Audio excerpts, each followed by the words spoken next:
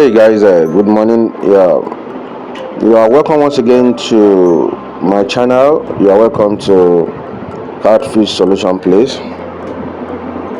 Today, as you are watching from the screen, we are making some supply of some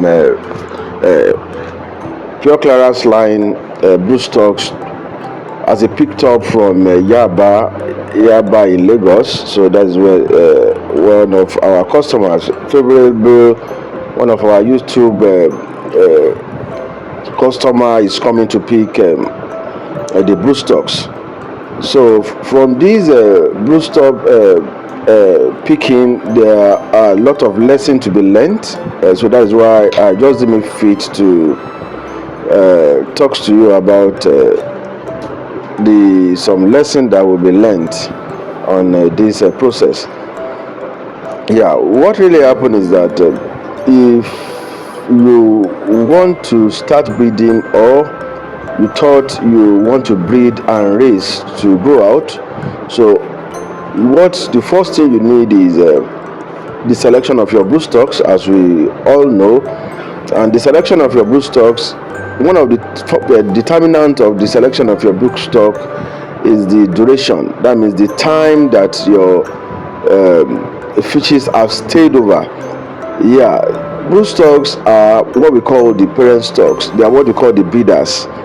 Broodstocks are breeders because they are legible in order to produce, and for you to produce you must get some certain age before you can start production.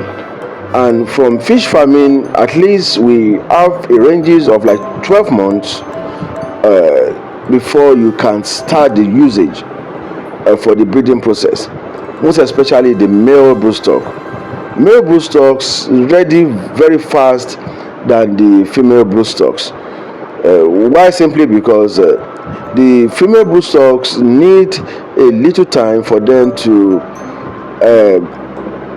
have matured egg for the production. But the male broodstock, sometimes if you have a very good male broodstock that is that are eating very well, and they are doing okay in 9 months, sometimes by the time you dissect the body, you will notice that they are having a very good egg. But this is the time where many people are getting it wrong in fish farming. So that is why I just want to chip in this advice, so that you can, some of you who are not be, or you have been in that shoe, you have problems, so this advice will automatically help you. So what is the advice? The advice is that if you are having a broodstocks, it is important for you to make sure that the sperm, that means the mint and the egg, is well matured before usage. So how can you categorize this? Categorizing this means that once you dissect your male broodstocks and you notice that the mint is creamish color, or when you open your male broodstock, or you only see the tips that is milky, and by the time you look at the other part of it and it's just watery, please, it is advisable for you to give a little time more for it to get more matured. You can only risk it when you look at the other part of the watery sperm, and you are seeing some substance of a milky liquid. So with this, it can tell you are having a chances of 80 to 20% of hatchery survival. So for any hatcher, I will advise you to take more cognizance to these factors. And if you are using the female broodstocks, and maybe you press the female broodstocks and you are seeing that the blood that is first coming out, or you press it, you see some little amount of eggs and a little amount of blood. To my advice, I will advise you not to use that female broodstocks for hatchery at that particular period. You can as well wait for just a little time, for just 2 weeks, depending on the type of feed you are giving them. And for those of us that ask what kind of feed can I give to my broodstocks, I normally tell you guys the suitable food that is highly advisable for your broodstocks are non-fatty food. So you can achieve non-fatty food by using when your broodstock is mature. You can get it around in any stores. And again, if you want the eggs of your fishes to produce highly and produce fast, you need more of proteinous food to boost that.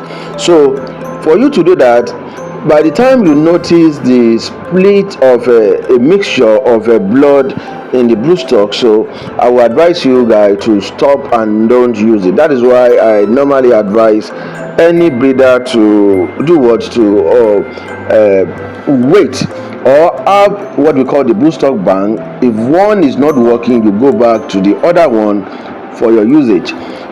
Because if one is not ready at that particular time, maybe when you have like 10 pieces of female broodstocks, that means the breeder, the spawner, we always call it the spawner, in your tank, and you check 1, 2, 3. Between the 10, I know you will get one that is perfect.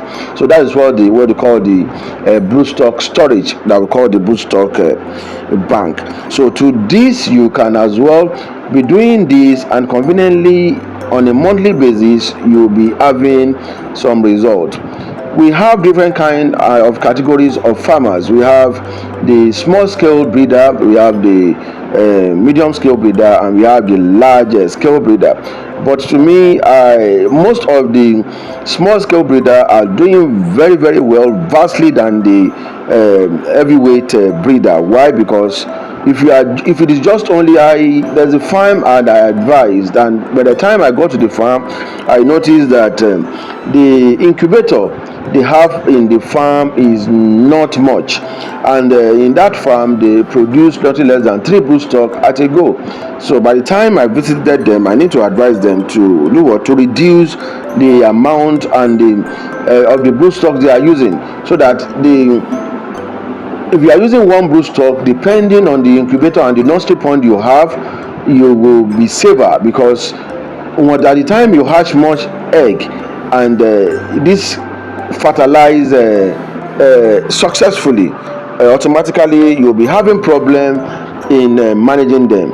And one of the most dangerous part of managing fires is what we call the congestion.